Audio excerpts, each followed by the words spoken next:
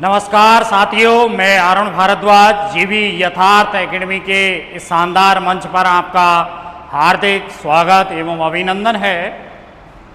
CET के बारे में बात करें, सीईटी चाहे 10+2 हो, चाहे स्नातक लेवल हो, या साथियों हम ग्रेड फर्स्ट की बात करें या सेकंड ग्रेड की बात करें या थर्ड ग्रेड की बात करें, तो इसमें जो भारत के प्रमुख जो भौतिक प्रदेश हैं उनमें हम उत्तर भारत का जो पर्वतीय प्रदेश है या हिमालय जो प्रदेश है उसका अध्ययन कर चुके हैं। अब हम दूसरा जो भौतिक प्रदेश है उत्तर भारत का विशाल मैदान, इसका हम एक सिस्टमेटिक ढंग से क्या करेंगे, अध्ययन करेंगे। तो उत्तर भारत का विशाल मैदान,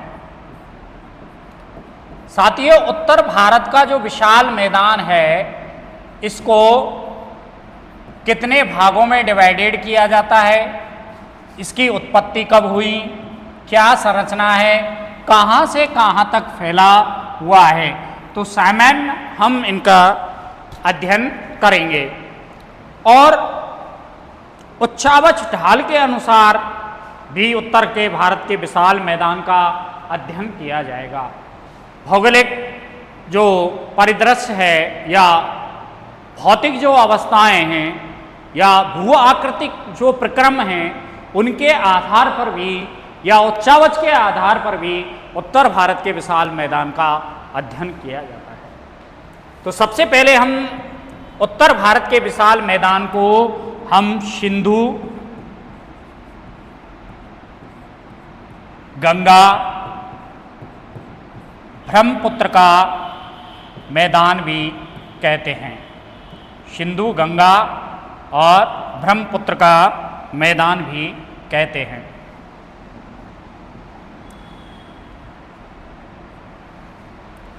और ब्रह्मपुत्र का मैदान, यहाँ तक क्लियर है साथियों। अब इसके बाद में हम बात करते हैं कि ये कहाँ से कहाँ तक फैला हुआ है।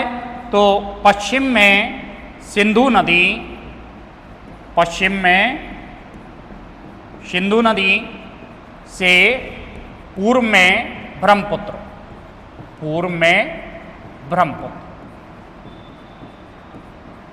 अब साथियों बात आती है कि ये कितनी चौड़ाई में व्याप्त है, तो लगभग 3200 किलोमीटर। अब सिंधु और ब्रह्मपुत्र का जो डेल्टा है ये कहाँ स्थित है, हमारे पश्चिमी बंगाल में और बंगाल देश में। और इधर जो सिंधु नदी का जो डेल्टा है वो कहाँ अवस्थित है, पाकिस्तान में। तो 3200 किलोमीटर में क्या है, ये व्याप्त है। लेकिन भारत में लगभग 2400 किलोमीटर में क्या है, व्याप्त है। कितने, 2400 किलोमीटर में। यहाँ तक क्लियर है। अब साथियों ये जो शिवालिक जो पर्वत श्रृंखला थी इसका हमने विधिवत अध्ययन किया। और शिवालिक पर्वत श्रृंखला के जस्ट नीचे है, तो ये शिवालिक पर्वत श्रृंखला से किसके द्वारा पृथक होता है, श्रृंखला से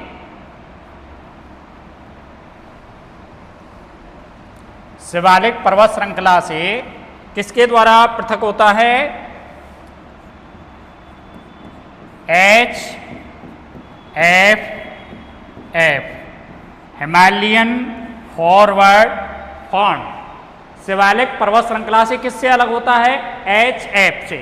और शिवालिक पर्वत श्रृंखला का निर्माण कब हुआ, सेनोजोइक महाकल्प, जिसे हमने क्या कहा, तृतीय कल्प या टर्सरी कल्प। और उसके किसमें, प्लायोशीन युग में। किसमें हुआ था, प्लायोशीन युग में। अब साथियों यहाँ ध्यान देने की बात है कि जो उत्तर भारत का विशाल मैदान है इसका निर्माण चतुर्थ कल्प में हुआ है। कब हुआ है, चतुर्थ कल्प में, चतुर्थ कल्प। और इस चतुर्थ कल्प को हम क्या कहते हैं, क्वांटेनरी युग। क्या कहते हैं, क्वांटेनरी युग। और क्वांटेनरी युग में सॉरी क्वांटेनेरी कल्प, इसको हम क्या कहेंगे, क्वांटेनेरी कल्प। तो क्वांटेनेरी जो कल्प है उसके किस युग में हुआ है, तो प्लाइस्टोसीन युग में। कब हुआ है, प्लाइस्टोसीन युग में, प्लाइस्टोसीन युग में। अब ये साथियों काफी बार प्रश्न यूपीएससी जैसी एग्जाम में या आरएस एग्जाम में second grade, third grade, first grade, काफी बार पीजीटी, टीजीटी और केबीएस वगैरह में काफी बार पूछा गया है। तो ये चतुर्थ कल्प या क्वांटेनेरी कल्प की क्या है, संरचना है। और उत्तर भारत के विशाल मैदान का निर्माण कब हुआ है, प्लाइस्टोसीन युग में हुआ है। अब साथियों हम आगे बात करते हैं कि उत्तर भारत का विशाल मैदान, अभी चर्चा कर चुके, उत्तर भारत का विशाल मैदान किसके गिरिपाद में है, शिवालिक पर्वत श्रृंखला के गिरिपाद में अवस्थित है। तो उत्तर भारत का विशाल मैदान का निर्माण किसके द्वारा हुआ, विशाल मैदान का निर्माण हिमालय से निकलने वाली नदियों के द्वारा। किससे हुआ, हिमालय से निकलने वाली नदियां, हिमालय से निकलने वाली। अब यहां आपको ध्यान रखना है साथियों, ये प्रश्न काफी बार पूछा गया है कि उत्तर भारत के विशाल मैदान में का निर्माण किन नदियों के द्वारा हुआ है। तो उत्तर भारत के विशाल मैदान का निर्माण हिमालय से निकलने वाली एवं प्रायद्वीपीय पठार से निकलने वाली नदियों के तलछट से हुआ है। प्रायद्वीपीय पठार से निकलने वाली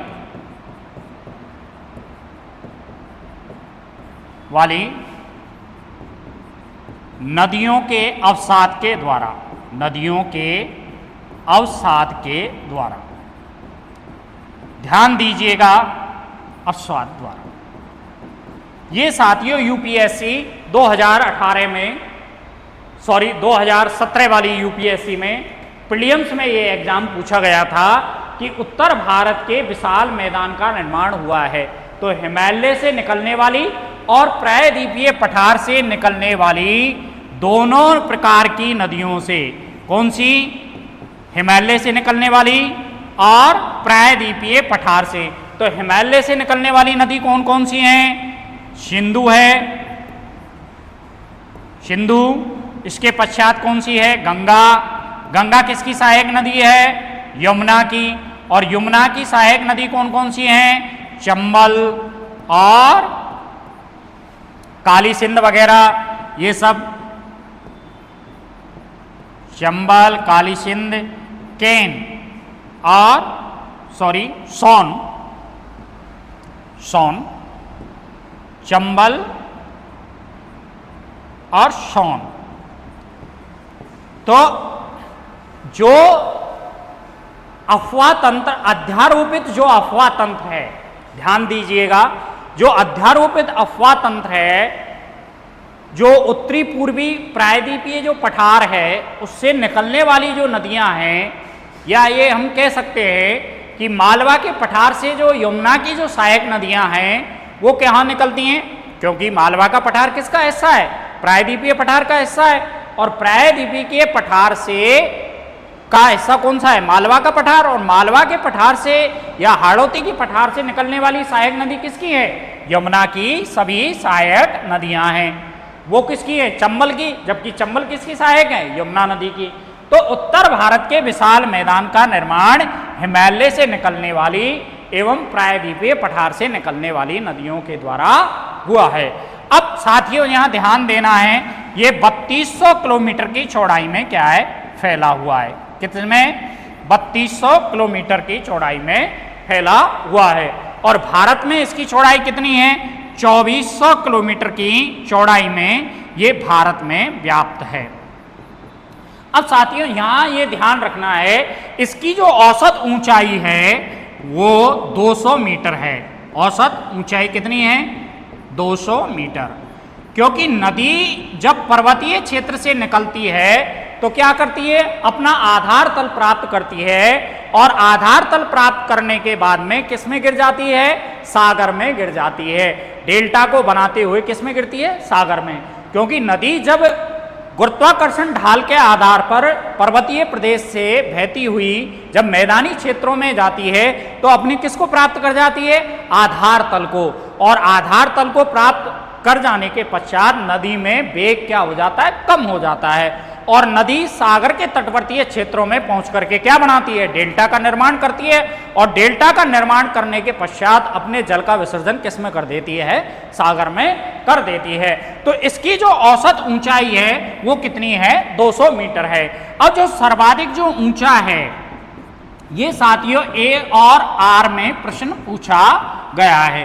तो अतः आपको ध्यान रखना है कि पश्चिमी जो सिंधु गंगा ब्रह्मपुत्र का मैदान है, जिसका पश्चिमी भाग अधिक ऊंचा है अपेक्षाकृत पूर्वी भाग से।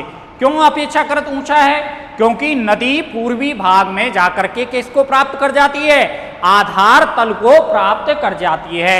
जबकि औसत ऊंचाई पश्चिमी भाग में कितनी है? 200 मीटर। और पूर्वी भाग में कितनी रह जाती है? 50 से 100 मीटर। कितनी रह जाती है? 100 मीटर। और पश्चिमी बंगाल में कितनी रह जाती है? लगभग 10 मीटर ही ऊंचाई रह जाती है। लेकिन औसत जो ऊंचाई है उत्तर भारत के विशाल मैदान की वो कितनी है? 200 मीटर है। अतः ए आर में ये प्रश्न पूछा गया है। अब ये ए आर में प्रश्न कैसे पूछा गया है कि उत्तर भारत के विशाल मैदान जो है, उत्तर भारत का विशाल मैदान, इसकी औसत ऊंचाई, मैदान की औसत ऊंचाई पश्चिम में अधिक है। औसत ऊंचाई पश्चिम में अधिक है पूर्वी भाग के अपेक्षा। अधिक है पूर्वी भाग के अपेक्षा। भाग के अपेक्षा। उसके पश्चात पूछा है ए, ये तो क्या हो गया आपका ए। और आर में पूछा गया है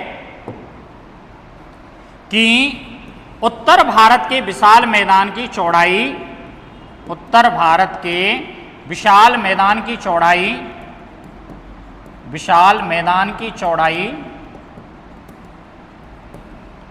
चौड़ाई पूर्वी भाग के अपेक्षा, पूर्वी भाग के अपेक्षा पश्चिम में अधिक है।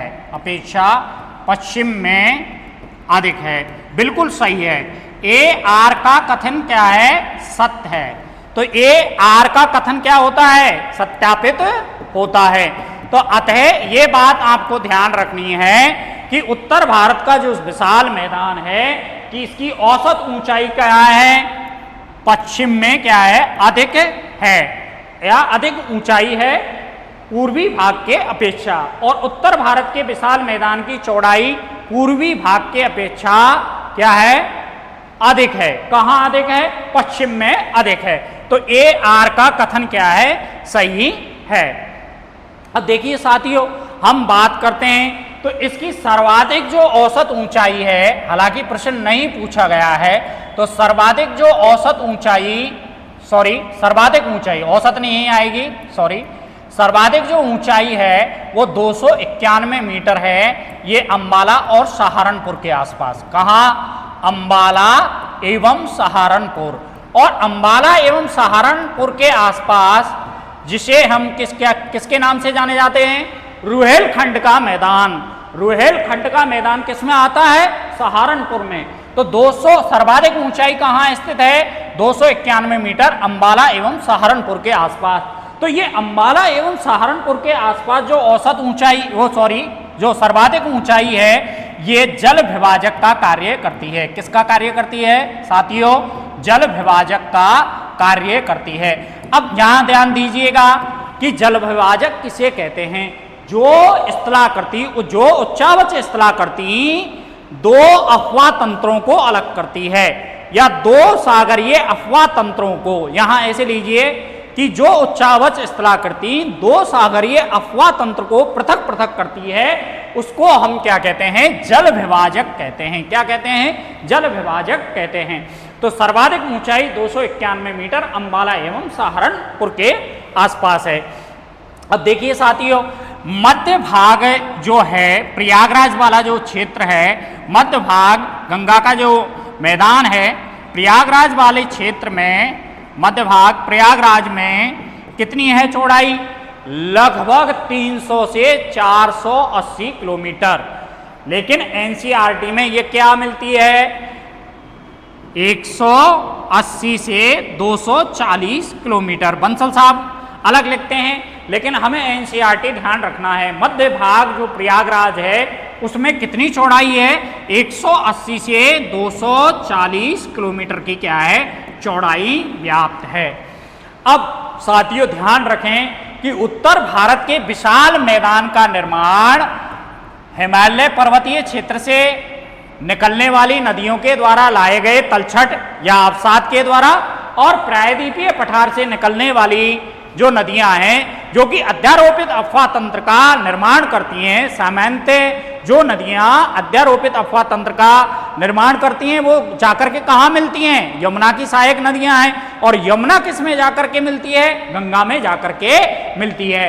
तो उत्तर भारत का जो विशाल मैदान है इसकी गहराई या इसमें जो तलछट है या जिसे हम कह सकते हैं अवसाद, इसकी गहराई कितनी है, लगभग 2000 मीटर है। कितनी है, 2000 मीटर गहराई तक ही भारत के उत्तर भारत के विशाल मैदान में अवसाद पाया जाता है। जो नदियों के द्वारा जो तलछट लाया गया है वो कहाँ तक पाया जाता है, 2000 मीटर की गहराई तक पाया जाता है।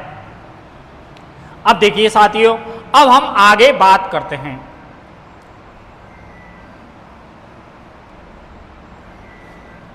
ये आपका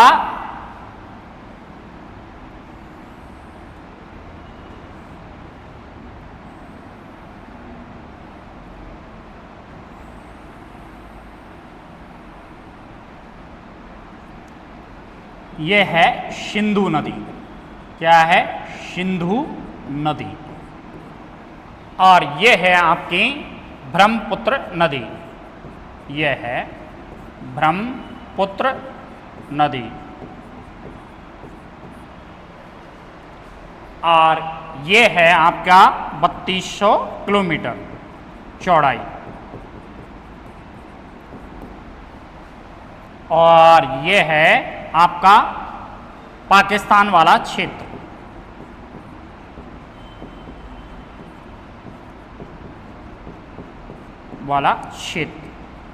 जिसे हम क्या कह सकते हैं, अरब सागर। क्या कहेंगे, अरब सागर। और ये है गंगा ब्रह्मपुत्र का डेल्टा।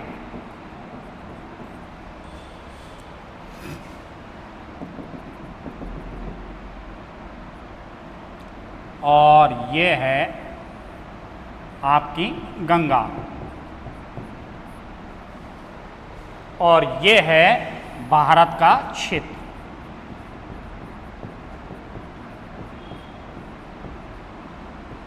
(2400 किलोमीटर। और ये इसकी यमुना सहायक नदी है, यमुना। ये आपका डायग्राम निकल के आता है। ये सिंधु नदी है जो पाकिस्तान में जाकर के अरब सागर क्षेत्र में गिरती है। और गंगा ब्रह्मपुत्र नदी के, ये माना कि ब्रह्मपुत्र नदी है, ये आकर के यहाँ क्या बनाती हैं, डेल्टा का निर्माण करती हैं। और गंगा की सहायक नदी कौन सी है, यमुना सहायक नदी है। अतः उत्तर भारत के विशाल मैदान का निर्माण गंगा एवं यमुना और इनकी सहायक नदियों के द्वारा हुआ है। यमुना की सहायक नदी कहाँ से निकलती हैं, प्रायद्वीपीय पठार से, उत्तरी प्रायद्वीपीय पठार से। अब हम बात करते हैं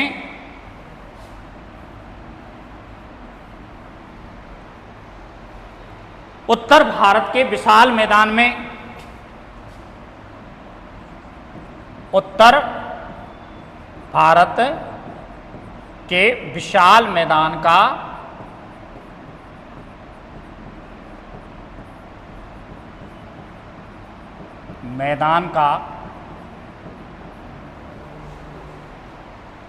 उच्चावच के आधार पर वर्गीकरण, उच्चावच के आधार पर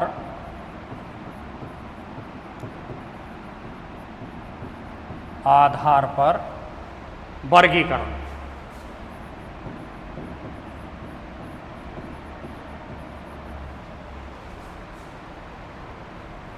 उत्तर भारत के विशाल मैदान का उच्चावच के आधार पर वर्गीकरण। देखिए साथियों, ये बहुत ही इंपॉर्टेंट चीज है, उच्चावच के आधार पर वर्गीकरण।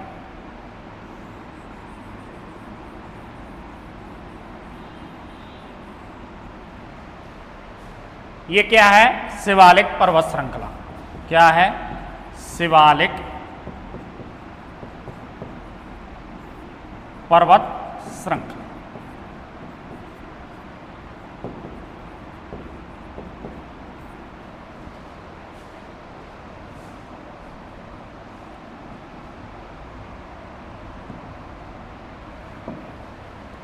और ये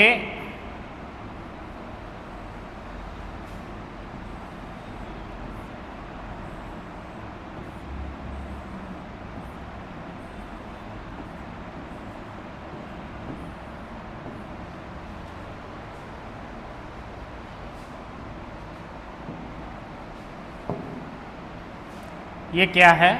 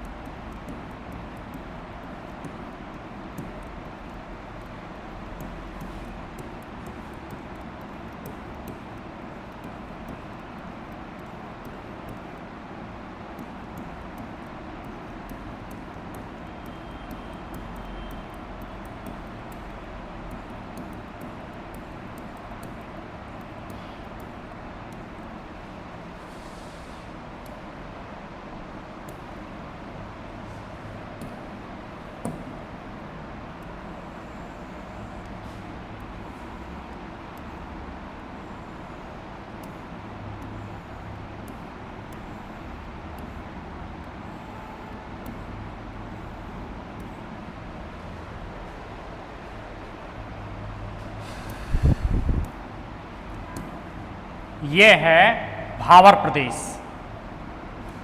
भावर प्रदेश, भावर प्रदेश।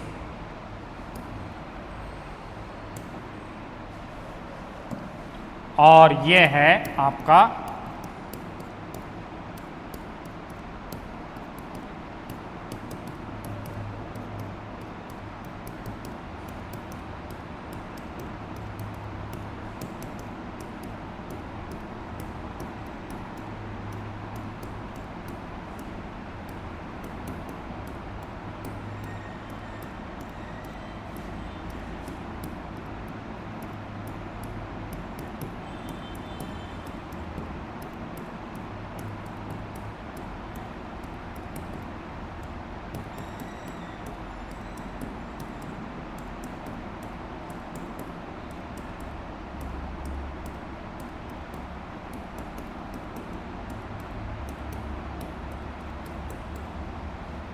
यह है तराई प्रदेश।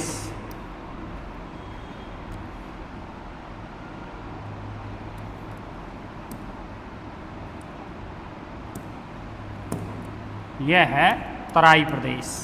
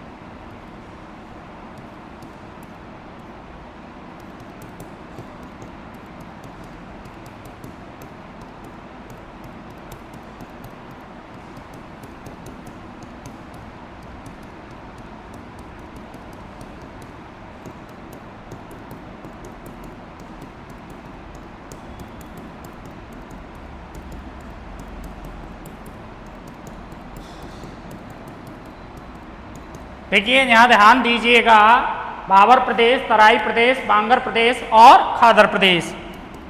अब साथियों हम इसके बारे में एक साथ चर्चा करेंगे। और ये क्या है, उच्चावच के अनुसार, ढाल के अनुसार मुख्यतः कितने भागों में डिवाइडेड किया है, भाबर प्रदेश, तराई प्रदेश, बांगर प्रदेश और खादर प्रदेश।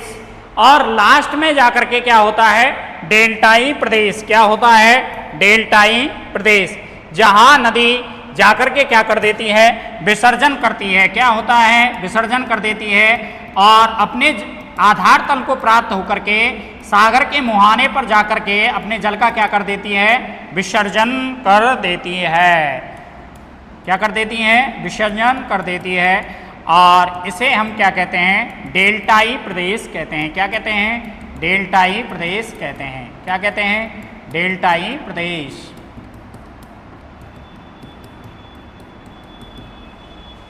इसे हम क्या कहेंगे, डेल्टाई प्रदेश, डेल्टा प्रदेश।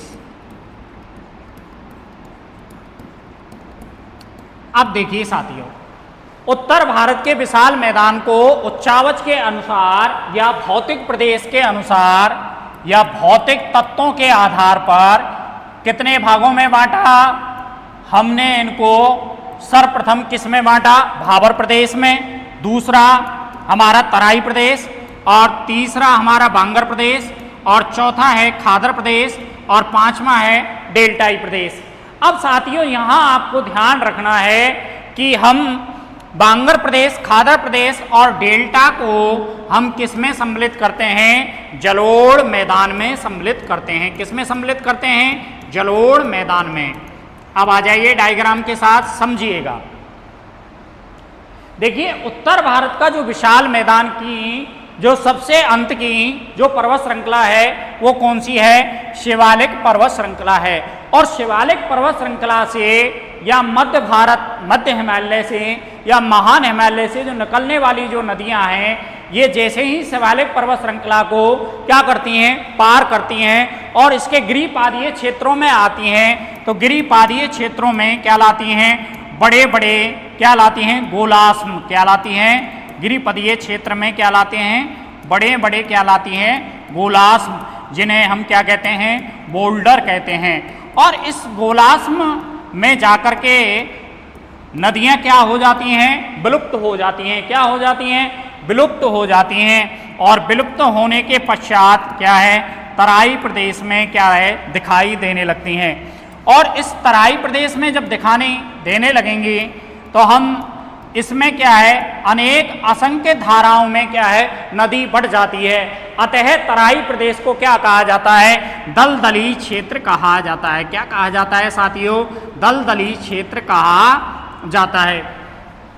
क्योंकि जैसे ही नदियां हम हिमालय के गिरिजोपदी क्षेत्र हैं या शिवालिक पर्वत श्रृंखला के जो गिरिपदी क्षेत्र हैं उनमें ला करके बड़े बड़े क्या है, गोलाश्म ला करके क्या है, एकत्रित करती है। इन बोल्डरों में बोल्डर एकत्रित करती है और बड़े बड़े गोलाश्म और बोल्डर में क्या है, नदियां विलुप्त हो जाती हैं। और विलुप्त हो जाने के पश्चात इसमें यहाँ किसका निर्माण करती हैं, जलोढ़ शंकु का निर्माण करती हैं। ये क्वेश्चन साथियों काफी बार पूछा गया है। जलोढ़ शंकु क्या है? तो जलोढ़ शंकु क्या है? जब फुट हिल्स में जब गिरिपदीय क्षेत्र में जाकर के नदियां विलुप्त हो जाती हैं और बड़े बड़े गोलाश्म और पत्थरों को जमाव करती है, तो क्या है कि वहां नदियां विलुप्त होने के पश्चात क्या है, अदृश्य हो जाती हैं। और अदृश्य होने के पश्चात क्या है, जलोढ़ शंकु का निर्माण करती हैं। ये ए और आर में पूछा गया है। तो अनेक जो जलोढ़ शंकु हैं वो मिलकर के किसका निर्माण करते हैं? जलोढ़ पंख का निर्माण करते हैं। ये तत्व आपको ध्यान रखना है। एसएससी वगैरह या यूपीएससी या पीसीएस में एग्जाम में काफी बार प्रश्न पूछा गया है कि अनेक जलोढ़ शंकु मिलकर के जलोढ़ पंख का निर्माण करते हैं। जैसे ही नदियां भाबर प्रदेश में जो विलुप्त होती हैं, जैसे ही तराई प्रदेश में दिखाई देने लगती हैं, तो नदी वहां जाकर के असंख्य धाराओं में विभक्त हो जाती है। और ये तराई प्रदेश क्योंकि शिवालिक पर्वत श्रृंखला के गिरिपदीय क्षेत्रों में होने के कारण क्या है, उच्च वर्षा वाला क्षेत्र है।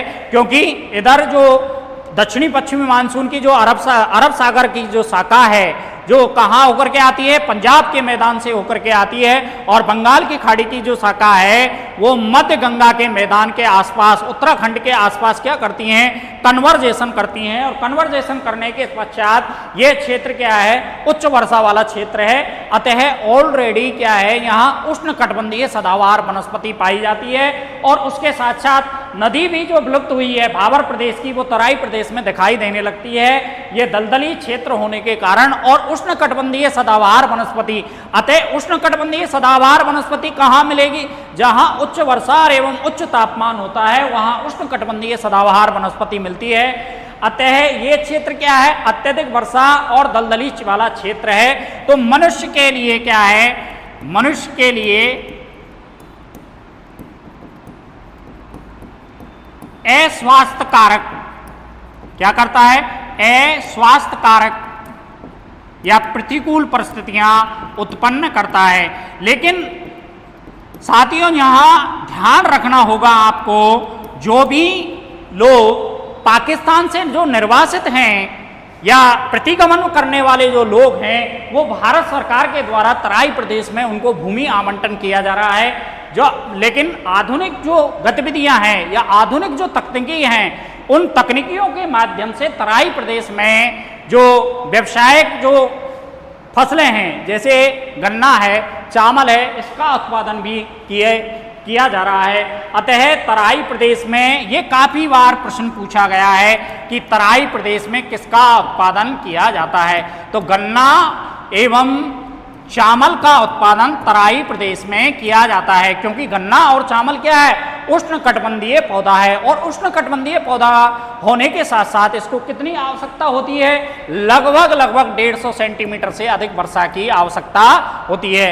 तो पाकिस्तान से निर्वासित जो व्यक्ति हैं उनको तराई प्रदेशों में क्या किया गया है, सेटलमेंट किया गया है, उनके लिए जमीन आवंटन की गई है। और यहाँ अत्याधुनिक तकनीकी के माध्यम से किसकी खेती की जा रही है, चावल, गन्ना एवं हरी सब्जी की खेती की जा रही है। ये प्रश्न पूछा गया है, क्योंकि जलोढ़ मृदा है, क्या है, कांप युक्त है। कांप युक्त जो मृदा है वो क्या होती है, उपजाऊ होती है। लेकिन उपजाऊ होने के साथ साथ क्या है, दलदली क्षेत्र है। अतः दलदली क्षेत्र को पहले सुखाना पड़ता है और सुखाने के पश्चात अत्याधुनिक तकनीकी से यहाँ व्यावसायिक फसलें और हरी सब्जी का उत्पादन किया जा रहा है। अब हम साथियों बात करते हैं बांगर प्रदेश की। जब बांगर प्रदेश, जलोढ़ जो मैदान है उसको 3 भागों में डिवाइडेड किया जाता है। ये बात आपको ध्यान रखना है, ये काफी बार प्रश्न पूछा गया है। यहां तक कि असिस्टेंट प्रोफेसर में ये प्रश्न पूछा गया है, एमपी पीसीएस जो असिस्टेंट प्रोफेसर जो एग्जाम होती, उसमें ये प्रश्न पूछा कि जलोढ़ मैदान को कितने भागों में विभाजित किया जाता है। तो बांगर प्रदेश, खादर प्रदेश और डेल्टाई प्रदेश। अब साथियों यहां ध्यान रखिए, बांगर प्रदेश वो प्रदेश है जहां नदी का जल अब वर्तमान समय में नहीं पहुंचता है, और खादर प्रदेश वो प्रदेश है जहां वर्तमान समय में नदी का जल निरंतर प्रतिवर्ष क्या है, पहुंचता है। और प्रतिवर्ष नदी अपने साथ क्या लाती है, अवसाद लाती है, और नए अवसादों का क्या करती है, डिपोजिट करती है। और डेल्टाई प्रदेश जब नदी अपने आधार तल को, बेस लाइन को प्राप्त हो जाती है और जाकर के क्या बनाती है, डेल्टा बनाती है। और डेल्टा बनाने के साथ साथ अपने जल को किसमें विसर्जित कर देती है, सागर में विसर्जित कर देती है, तो उसको हम क्या कहते हैं, डेल्टाई प्रदेश कहते हैं। तो जलोढ़ मैदान में 3 स्थलाकृतियों का अध्ययन किया जाता है, बांगर प्रदेश, खादर प्रदेश और डेल्टाई प्रदेश। उच्चावच के आधार पर भी देखिए, क्योंकि बांगर प्रदेश अधिक ऊंचा, फिर खादर अधिक नीचा और फिर उसके पश्चात क्या है, डेल्टाई प्रदेश। तो तीनों ही सीक्वेंस से क्या है, अपने उच्चावच आधार पर और भौतिक तत्वों के आधार पर क्या रखते हैं, वेरिएशन अर्थात विविधता रखते हैं। तो बांगर प्रदेश ऐसा प्रदेश होता है जहां वर्तमान समय में नदी का जल नहीं पहुंच पाता है, उसे हम क्या कहते हैं, बांगर प्रदेश कहते हैं। अब साथियों यहाँ बात आती है कि बांगर प्रदेश भारत के अंतर्गत किन किन राज्यों में मिलता है। तो बांगर प्रदेश पंजाब और उत्तराखंड में पाया जाता है। क्या पाया जाता है, पंजाब एवं उत्तराखंड में पाया जाता है। अब यहाँ ध्यान रखना है कि बांगर प्रदेश में क्या पाई जाती है, एक स्थलाकृति भूड़ पाई जाती है। क्या, ये काफी बार प्रश्न पूछा गया है, भूड़ किसे कहते हैं। तो साथियों ध्यान रखिए कि बांगर प्रदेश में जब मुलायम जो मिट्टी है वो ऊपर से हट जाती है, मुलायम मिट्टी ऊपर से हट जाने के पश्चात, मुलायम मिट्टी हट जाने के पश्चात क्या रह जाता है, कंकड़ पत्थर। क्या रह जाता है, कंकड़ पत्थर। उसे हम क्या कहते हैं, भूड़ कहते हैं। क्या कहते हैं, भूड़ कहते हैं। ये तथ्य आपको ध्यान रखना है कि बांगर जो प्रदेश है, इस बांगर प्रदेश में क्या पाई जाती है, भूड़ एक आकृति पाई जाती है। भूड़ क्या है, जब ऊपर की मुलायम मिट्टी या मुलायम परत मृदा की हट जाती है और उसके पश्चात क्या निकले आता है, कंकड़ पत्थर, उसको हम क्या कहते हैं, भूड़ कहते हैं। अब ध्यान रखिए साथियों, जो बांगर प्रदेश की जो उच्च मृदा है, जो ऊंचाई युक्त जो मृदा है, बांगर प्रदेश की ऊंचाई युक्त स्थलाकृति है, ऊंचाई युक्त जो मृदा है, ये ऊंचाई युक्त मृदा कैसी है, ये चूना, जिसे हम क्या कहते हैं, कैल्शियम इंग्लिश में, या कह सकते हैं कंकड़ पत्थर युक्त, कंकड़ पत्थर युक्त। तो जो निचली जो मैदान है या जो सपाट प्रदेश है या निचला जो मैदान है, उससे कहीं कहीं ऊपर की स्थलाकृतियां दिखाई देती हैं। जैसे मैदान से कोई ऊंचा भाग दिखाई देता है, उसको हम क्या कहते हैं, धाय कहते हैं। क्या कहते हैं, धाय। तो ये बात आपको ध्यान रखना है। तो जहां जो प्रदेश बांगर प्रदेश में थोड़ा सा भी अपने से ऊंचा है, उच्चावच लिए हुए है और कैल्शियम युक्त या चूना पत्थर से युक्त क्या पाई जाती है, उसमें चूना पत्थर या कैल्शियम युक्त पदार्थ पाए जाते हैं, उसको हम क्या कहते हैं, धाय कहते हैं। और खादर में जाकर के जो भाग सामान्य धरातल से नीचा होता है, जिसमें क्या बढ़ जाता है, वर्षा का जल या नदी के द्वारा लाया हुआ जल बढ़ जाता है, उसको हम क्या कहते हैं, खादर में बेट कहते हैं। क्या कहते हैं, बेट। कहाँ कहते हैं, पंजाब में। कहाँ कहते हैं, पंजाब में।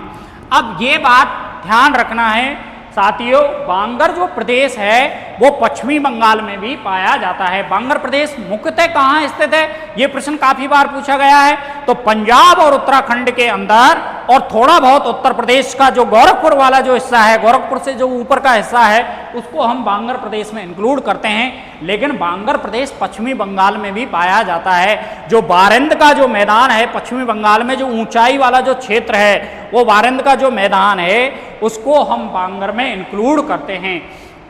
तो यहां साथियों में डाल देता हूं कि बारिंद वाला जो क्षेत्र है, बारिंद में किसका निर्माण होता है, पाट स्थलाकृतियों का। किसका निर्माण होता है, पाट स्थलाकृतियों का। अब साथियों समझिएगा, पश्चिमी बंगाल के अंतर्गत जहां जल नदी वर्तमान समय में, पश्चिमी बंगाल में वर्तमान समय में जहां नदी का जल नहीं पहुंच पाता है, उसको हम क्या कहते हैं, बारिंद कहते हैं। इसे बारिंद का मैदान भी कहा जाता है।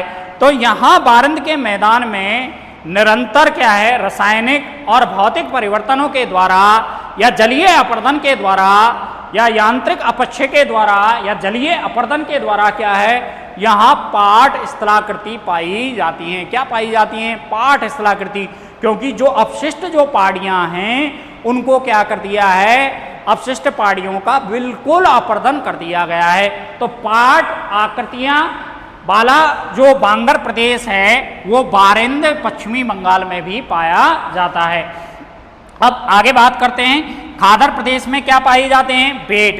क्या पाए जाते हैं? क्योंकि जो सामान्य जो धरातल है या सामान्य जो मैदान है उससे नीचे वाला जो भाग है उसमें नदी का जल भर जाने से या वर्षा जल भर जाने के कारण उसको क्या कहते हैं? बेट कहते हैं। अब खादर प्रदेश की हमने अभी पूर्व में चर्चा की कि जहां नदी का जल निरंतर प्रतिवर्ष पहुंचता है और नदी अपने उपजाऊ जलोढ़ मृदा का निरंतर क्या करती है? डिपोजिशन या निक्षेपण करती है, उसको हम क्या कहते हैं? खादर प्रदेश कहते हैं। खादर प्रदेश साथियों अत्यंत उपजाऊ प्रदेश है। आज वर्तमान जो वर्तमान में जो सभी सभ्यताएं हैं उन सभी सभ्यताओं का जन्म किस प्रदेश में हुआ है? खादर प्रदेश में हुआ है, क्योंकि ये नवीन जलोढ़ कृत क्या है? मैदान है। यहाँ प्रतिवर्ष नदी क्या है? क्या लाती है? अपने साथ तलछट लाती है और तलछट लाने के साथ साथ या अवसाद लाने के साथ साथ क्या करती है? निक्षेपण करती है और निक्षेपण करने के साथ साथ क्या है? यहाँ प्रतिवर्ष उत्पादकता क्या है? समान बनी रहती है। अतः इसको हम खादर प्रदेश कहते हैं। अब खादर प्रदेश में किन किन फसलों का उत्पादन किया जाता है? आप इस तथ्य को सामान्यतः जानते हो कि खादर प्रदेश के अंतर्गत सर्वाधिक चावल का और उसके बाद में गेहूं का और गन्ना का और हरी सब्जी का उत्पादन एवं पटसन का सर्वाधिक उत्पादन किसमें किया जाता है? खादर प्रदेश में किया जाता है। और डेल्टाई जो प्रदेश है वहां जहां नदी अपना जल का विसर्जन करती है, जहाँ कहाँ करती है? सागरीय क्षेत्र में, जहां नदी अपने आधार तल को प्राप्त हो जाती है और अपने जल को कहाँ करती है विसर्जन? सागरीय क्षेत्र में करती है। उस प्रदेश को हम डेल्टाई प्रदेश कहते हैं। अब साथियों आपने खादर क्या है? नवीन जलोढ़ मृदा का निक्षेपण। नवीन जलोढ़ मृदा का निक्षेपण। नवीन जलोढ़ मृदा का, या हम इसको ये कह सकते हैं ताप मृदा का या नवीन तलछट का निक्षेपण क्या कहते हैं? खादर प्रदेश कहते हैं। और पुराने जलोढ़ को क्या कहते हैं? पुराने जलोढ़ को हम क्या कहते हैं? बांगर कहते हैं। तो ये चीजें आपको साथियों ध्यान रखते हैं। डेल्टाई प्रदेश की ऊंचाई क्या है? सर्वाधिक कम होती है, क्योंकि यहां नदी बिल्कुल आधार तल को प्राप्त कर दी जाती है। ठीक है, थैंक यू साथियों, धन्यवाद।